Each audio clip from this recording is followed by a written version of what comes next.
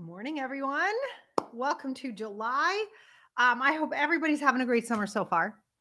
I hope you loved our photograph of me in sunglasses and a big hat.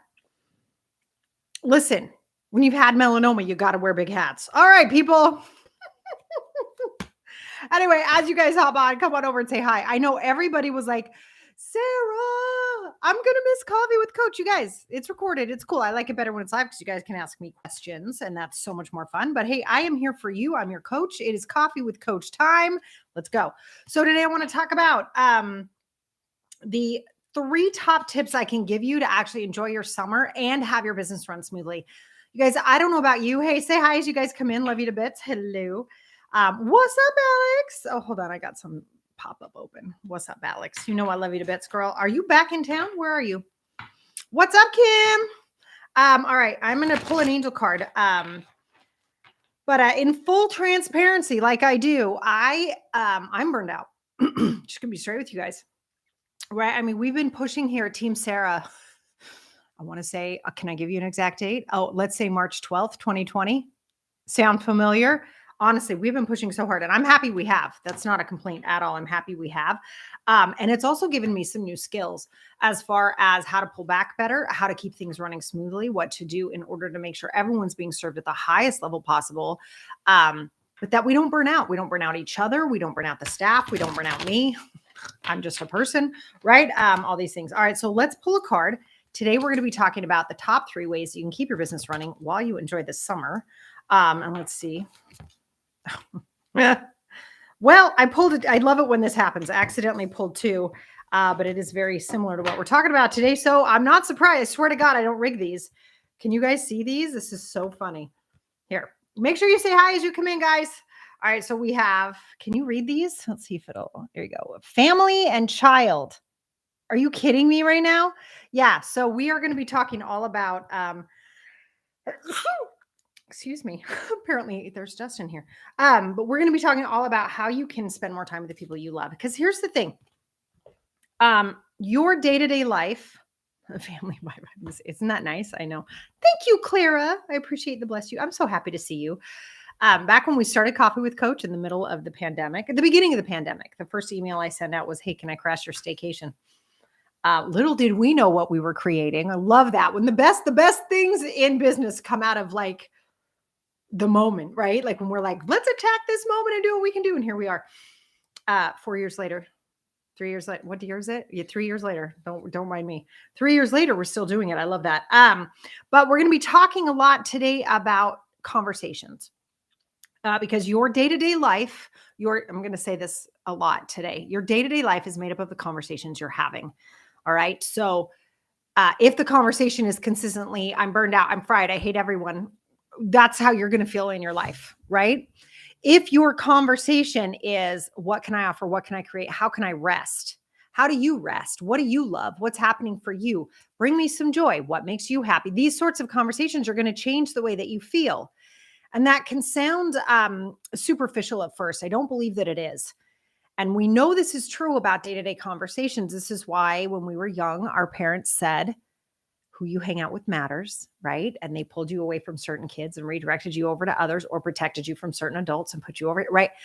And sometimes that was for other reasons, but mostly it's about the conversations that you're having. If you're having conversations about how to steal stuff, that's going to give you a very different future from a conversation on how to do math equations. Is this making sense? I don't mean that as a judgment. I really don't. I would just want you to be aware of how impactful and important these conversations are. Because if you're having a conversation about how everything sucks, and then you go to do your business, what do you think that's going to be like? Everything's going to suck. If you're having conversations with friends and family that you love, and you're talking about things that bring you joy, and then you go to do work, it's going to be a completely different conversation. I mean, I'm sorry, completely different experience. True or true? All right, cool. Sorry, I forgot to turn on focus. You guys are emailing me like mad up in here. So I'm going to turn on some focus here real quick. All right. So beautiful people, who wants to know how to enjoy your summer and make money? I called this one in the email I sent out. I said, how to kick assets and kick back. I love it.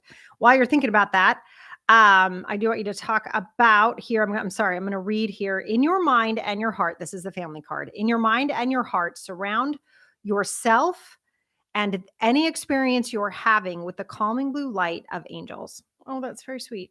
Be open to the gifts within your family and allow yourself to feel peace. I think that's appropriate right now. I don't know about you guys. I literally cannot be on social media or see the news, or I would live in a perpetual state of rage. Why? Because those are the conversations I'm seeing, right?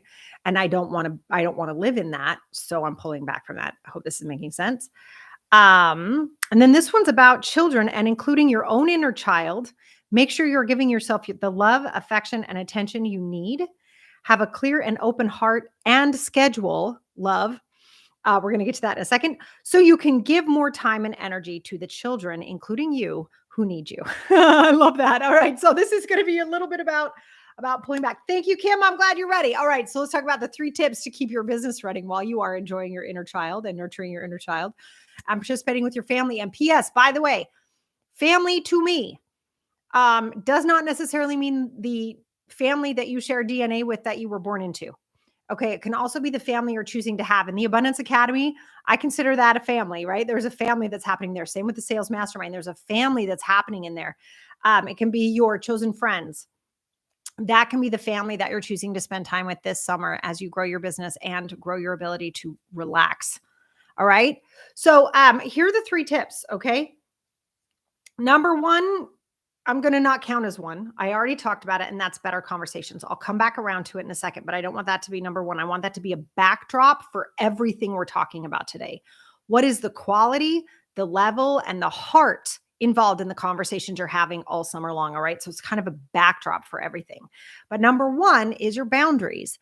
And I know that this appears to be boring. I understand that it's not if you actually use it well. Boundaries can be funny. They can be enjoyable. They can be sweet. They can be kind. There's so many different ways to set up boundaries. I just helped one of my clients write an out of office email. That was one of the funniest things that I've ever written. And we were laughing. We were having the best time. She's so excited. She's already getting comments on it. People are loving it. If you've ever seen the 404 error page on our website, it is Oprah Winfrey in a bathtub. And we are saying this page that you were looking for is probably on vacation and enjoying some much needed R&R, right? Like you can make this fun. You can put up boundaries for anything. You can say, listen, I'm eating, I'm feeding my face because you don't want to talk to me unless I've eaten. I get really grumpy, right? There's so many ways you can put up boundaries to make sure you're being nurtured, to make sure you're being taken care of. And this can include your out of office replies. This can include times that you have to study. And this is an interesting one. This is sort of tip 2 as well, which is CEO thinking time. So tip 1 is start to set up boundaries. I'm not done with that yet. And tip 2 is CEO thinking time. And the reason I'm talking about both of these now is that your CEO thinking time is also something you need to have boundaries around. How many of you have ever had an experience where everyone else is on vacation or everyone's taken the day off? And you just kind of decide to answer emails or you decide to get in there and do some work? How much freaking work can you get done? And how easy is it? And how much of a joy is that? Right? If you guys know what I'm talking about, right? You're like skipping through fields and you're like, holy crap, I answered 100 emails today, but it was fun and it was joyous. Probably because, pay attention to this, no one was interrupting you. And so it was a joy. So what that tells us is you need to have boundaries around your response time, your thinking time, your planning time. You guys saw I just put on a focus. I didn't do that on purpose. I literally forgot, which is rare. But we have focuses on every single piece of machinery we have these days. Yeah, true. I can even freaking focus on my Fitbit for crying out Christmas, right? Like there's nothing you can't choose to control when it comes to who's being let in and who isn't. So if you need that time to be joyous and creative, you can do it on a Saturday morning when no one's working. If that works for you, there's no judgment here. It's not like I'm saying relax. That means no work on Saturdays. If working on Saturday mornings works for you, do it. Right? Like, come on. By the way, this is a kind of a foreshadowing for tip 3. All right. All right. So when you're looking at what you need to set boundaries on, I want you to figure out a way to do it in a fun and exciting way. I was just sharing, I know you're shocked, but I was sharing a Taylor Swift song with a friend yesterday. And it's her anti-hero song, which is like a list of all of her fears and doubts. And it's still funny. It's like, how does somebody do that? Right? It's like you find joy in all these things, and that alone will have you enjoy the summer more. So I want you to make a list. I'm going to do it with you right now. I want you to list the top 5 things you need to have boundaries around that you don't right now. So it could be that, listen, you need to send an email to your team and let them know, or a Slack or a text message, whatever, from 9 to 10, you are not reachable. You guys, I have my running time blocked out in our team production calendar. Right? Like, so my team knows I'm not answering your polos or your texts or your Voxers, that I'm running, I'm taking care of my body, right? And I'm getting a lot of energy for the day, but it's in the calendar for the whole team knows where I am, right? Do you need to do that? Do you need to let people know? I also do it around thinking time. I know a lot of you have been like, Sarah, I want to book a call with you Friday afternoon. I'm like, CEO thinking time, right? That's where my brain comes alive. I think about the week. I think of all the things we could do. It is very protected, right? You can also do this around meals. I think that's important.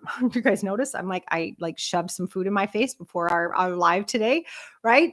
It's like, you got to figure out what you need. That doesn't bother me, but if it was dinner time, it would, right? So you need to figure out, when are you shutting down? When do you need to have meetings? When do you need thinking time? And when do you need time off? Yeah. So in that time off, by the way, what I want you to think about is you're creating your list of 5. If you feel like you need more time off, if you are feeling burned out, please pay attention to that. And I know everyone's like, here's the top 6 ways you know you're burnt out. You know when you're burnt out. You can't think. You're not focusing on what matters. You might find yourself playing video games or hitting Netflix really hard, or feeling fuzzy or feeling numb. Another one that we've heard about a lot is you feel disconnected from your body. You're almost like, it's like, when you drive home and you're like, how did I get here? Right? Like, you're so checked out, but that's your daily life. That's a sign of burnout. You know when you're burnt out, right? So what you want to do about that, there's lots of different philosophies and ways people suggest that we can get through that. But I think one of the best things you can do is add in a little bit of joy and figure out what has you feel relaxed. Because I'll tell you something, normally staying up late, watching Netflix, it's not going to make you feel better. Numbing out with wine at night, it's not going to make you feel better. It's just not. You need to understand what's actually going to have you feel rested. And I know for me, sometimes it's a walk. I love sitting next to trees and just breathing for a hot second. Other times it's learning. I love learning. Learning makes me so happy. So maybe there's a course you want to pick up for a hot second. Maybe it's a fun summer novel. Go get it. Okay. This is you protecting your boundary time. So you hear, I'm putting work stuff in here, your CEO thinking time. I'm putting meetings in here, I'm putting exercise, food, and rest. Those are kind of the big 5 buckets I'd love to think about, but does everybody have a list? Are we good? You guys still there? You're like, what happened? Yeah, right. You got to create this list of things that you need boundaries around. All right. Now let's talk about CEO thinking time. Yeah. All right. So inside CEO thinking time, this is actually planning things out. Okay. You guys are going to kill me. I'm so sorry. Everything's Taylor Swift right now. You just have to understand my children are obsessed. So every conversation comes back to it, but it's turned out to be a fantastic example for many, many things. So, my daughter and I was driving my daughter up. She's taking a college course, like a pre-college course this summer. We're so excited. And we were driving up yesterday to drop her off. And she said, Mom, if you could ask Taylor Swift any 3 questions, what would they be? And I was like, well, who was her first hire and why? She's like, what? Right. She was thinking I would ask, what's your favorite color? And I was like, who's doing your planning? Like, how does that happen? When does that happen? And who do you wish you'd hired sooner in the team? Like, what's happening inside the business that you wish you had handled earlier? And she was like, I said, look, those are the things that light me up. I'm super excited. But one of the things we were talking about, and I don't know, you guys, if you're not watching Taylor Swift, please don't, whatever, just listen to what I'm saying. I'm so sorry. I'm like borderline, sorry. I'm just sorry. I have teenagers in the house. I don't know what else to say. But right now she's on tour. You probably heard about that, right? So she's just hit billionaire status with this tour. Congratulations. So well earned. Good on you, sister. So what's happened on this tour, though, I don't know if you've heard, she's bringing certain people in certain cities. They're coming in and having conversations. She has 2 surprise songs every concert. You never know which ones they're going to be. And she's trying hard not to repeat them. And she's reclaiming work. So when she was a younger artist, she signed over her work to a label that was taking all of her money. So as those contracts have dried up, she's re-recorded some of her older albums. So she has complete financial control over that work. Genius, right? But she's also strategically releasing that as her new album is out while she's on tour. Can we just for a second stop and think about CEO planning time and how much planning that would take? That is a team of people, obviously at that scale, right? Planning out when things are going to happen. How are they going to happen? Why are they released here? Why are we releasing this one over that one? And my daughter was excited because they're starting to drop Easter eggs about the next album she's re-recorded. And I was like, but you understand that's already recorded. She's already done that. She's about to head to Europe for her tour. She's not recording it right now. She probably recorded it a year ago, maybe even a year and a half ago. And my daughter was like, oh my God. I was like, right. And they're strategically figuring out when to release it at which time. The magic behind that is genius. And everyone's like, oh my God, our PR team's amazing. Yeah, they probably are, but this is also 2 years in the making. There's no way it's less than that. Now, we may not have to think out that far in advance, but that's how you enjoy your life. That's how your social media posts flow right out of your business based on what you're doing without you even having to be there in that moment. This is the CEO thinking time I would love for you to incorporate and protect, going back to tip one, right? I really want you to incorporate and protect this type of planning.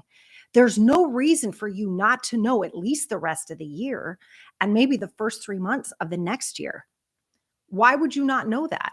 Right. And I don't know about you guys. This is really hard for me, by the way. So please know I'm talking to myself too, right? One of the reasons I'm so fried at the moment, right, is because we have been responding to the world.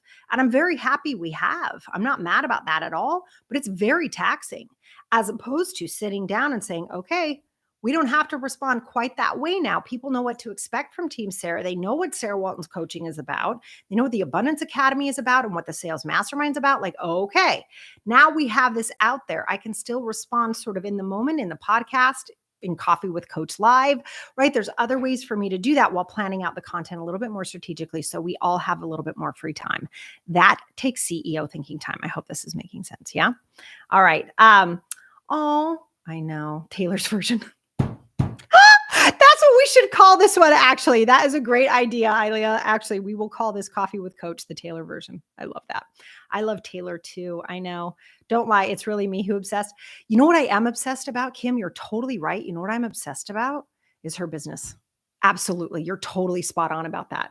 Yeah. But yeah, not so much with the music as I am blown away by her who said that? Was it George Bush? Strategery? By her strategic implementation is mind-blowing. And you're absolutely right. As a business owner, I am riveted. You're totally right. I didn't even think about that, but you're 100% right. So I'm so happy to hear all of this. And it's so true. I'm tired of feeling like I'm constantly flying off the edge of my seat. Yeah. You know what, Clara? I think this is a really important moment. And I can tell, going back to conversations, right, which is the backdrop of all of this, is that when sorry, I had 5 thoughts at once. When your conversation around your business starts to flip to strategic thinking, you've hit a new level, right? So I can always tell based on someone's conversation where they are in their business, right? If it's like, I started 3 months ago, nobody knows I exist, right? It's like, yep, we know they're right there, right? Or it's like, still nobody knows I exist. I've been working at this really hard. They're probably about 9 months to a year in.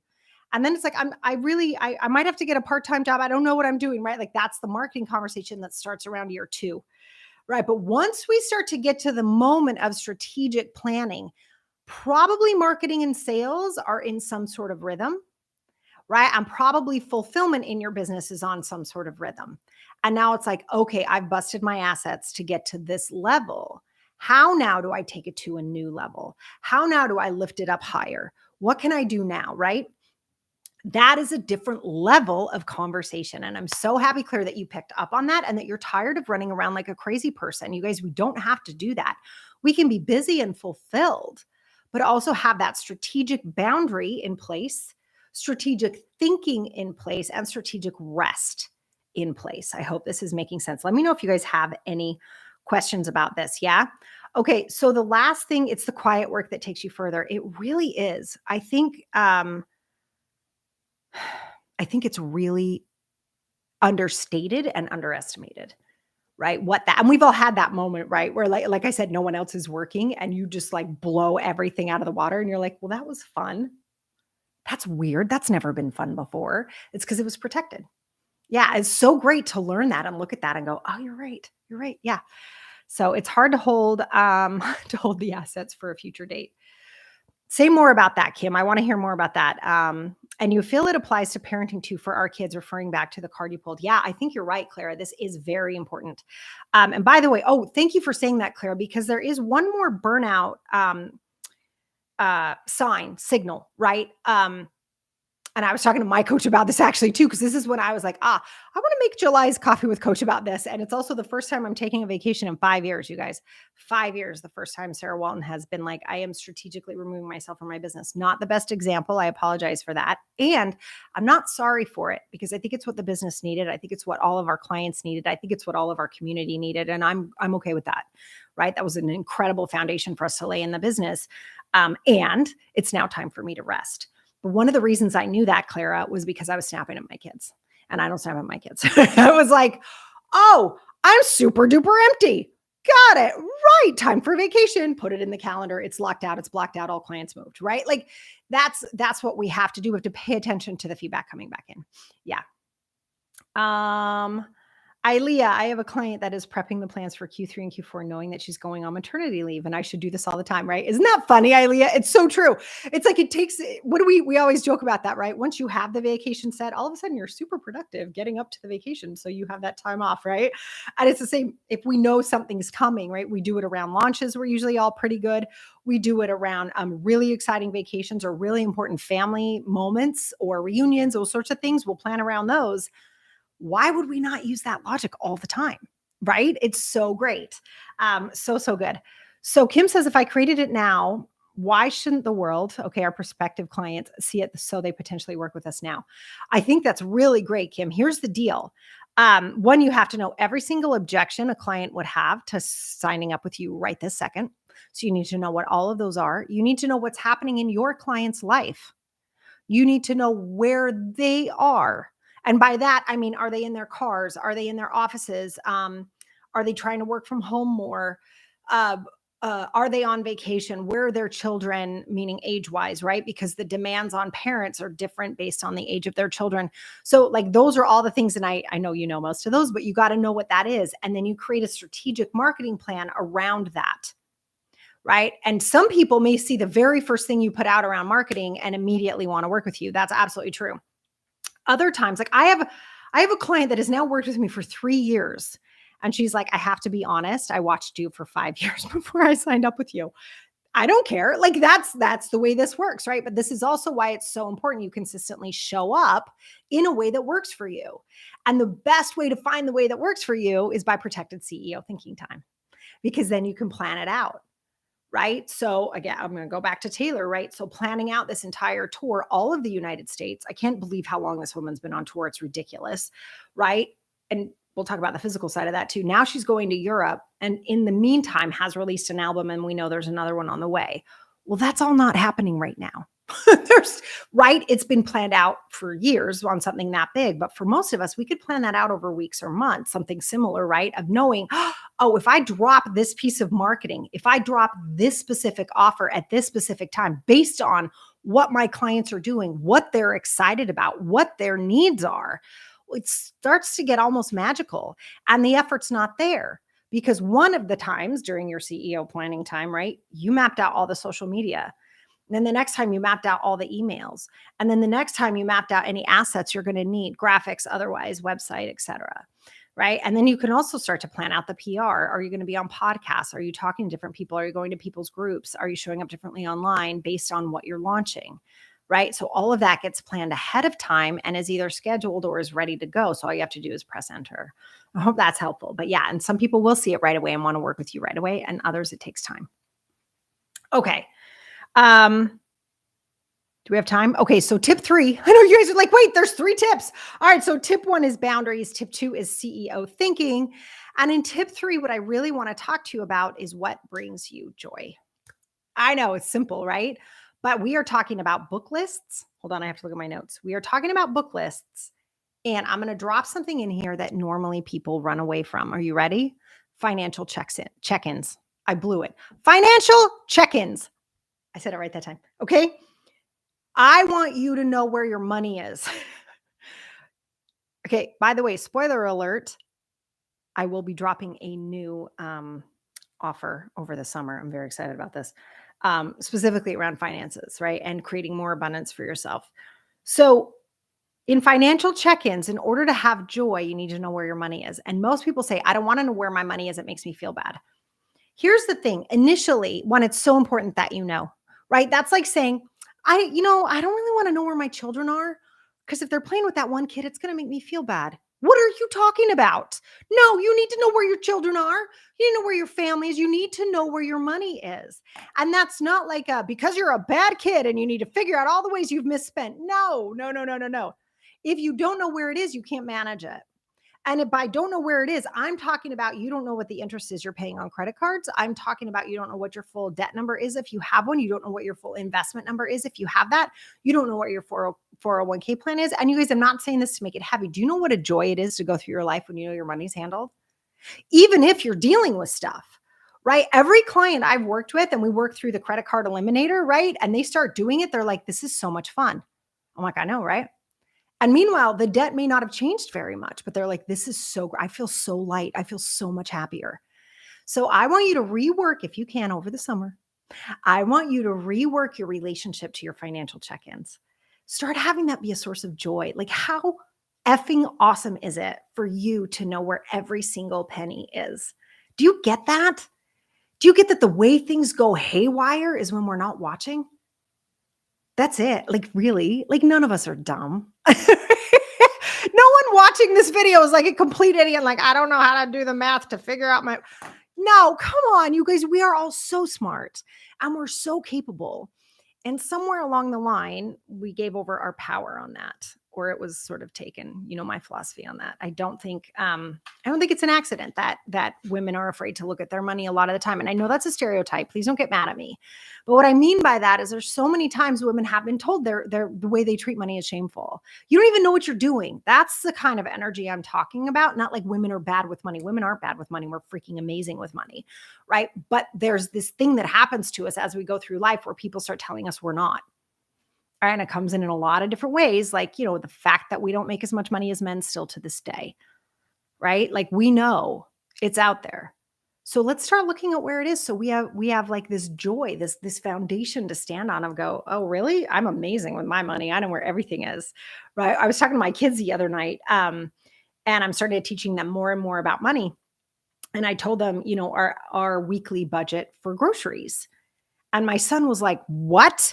For all three of us? I was like, I think it's like, we had just gone out to dinner, right? And the bill was $140. And I said, do you guys want to know something amazing? And he goes, yeah, what? He eats a lot. I said, our monthly grocery bill is $125. He was like, what? I said, yeah. I said, I'm sorry, our weekly, not monthly. I apologize. Our weekly grocery bill is $125 for all three of us. And he was like, what? I was like, yeah. I said, all I have to do is plan. I said, I'm really good with money. And my daughter was like, I want to be really good with money. And I was like, there we go. Let's start to shift this conversation. Let's make it fun. You guys, it is so much fun when you start playing around with your money and you start moving things and you start noticing where you can like save more so that you can do what you want with it, right? It's not save more because you're bad and you can't spend money on that. You have every right to choose whatever you want and how you want to choose your money and how you want to spend your money, right? It's yours. Spend it how it makes you happy. So that's what I mean by adding in joy. Okay. Stop acting like it's something you have to be afraid of. It's not. I promise you, you're going to be so good. You're going to be totally fine. And even if the initial number is not great, or you find out your kid's playing with that kid you don't like, you'll fix it. Like, trust yourself. You're going to be fine. And that adds this level of pride and joy and confidence. Okay. So that's one way I want you to add in joy, which will allow you to rest. Isn't that amazing? Right? Actually looking at stuff helps you rest because you know. And then the other thing I want you to do is I want you to pick one book that is super lighthearted and silly. I brought mine today to show you guys. It's so fun. It's not silly because it's all about, a woman breaking the mold in the field of chemistry in the 50s. It's really good. They're making a Netflix, I think, series out of it. But yeah, it's really fun and happy. That makes you just light up. Okay. You deserve to take that break. And you'll know that you can because you've already got everything else handled because you took care of your CEO time. And I do have one challenge for you if you would like to take it. And that is that I want you to have 3 conversations with total strangers this summer. Not stranger danger summer, right? Like, I don't mean like that, but I want a stranger summer in that you actually have meaningful conversations with someone you may not know. You can be in line for ice cream at the beach. Uh, God knows airplane lines are a good time to like, commune with people and actually make somebody happy instead of joining in on the complaining. There's lots of different ways that you can meet different people. And I just encourage you to do that. And why would I say that? I say that for a couple reasons. At this time in our history and in our world, we need to be more connected to each other. And the best way to do that is to see the humanity in someone else. And the other reason is money comes into your business through people. It always comes in through people. It doesn't come in through anything else. Even if you're selling ads or you're doing whatever you're doing, it's a human being's decision to decide to give their money to you based on what you're providing and the value you're giving them in their lives. Okay? Money is going to come to you through other people. So I want you to connect with strangers. Okay? Deal? All right, you guys, let me just check, see if you guys had any financial chickens. That's cute.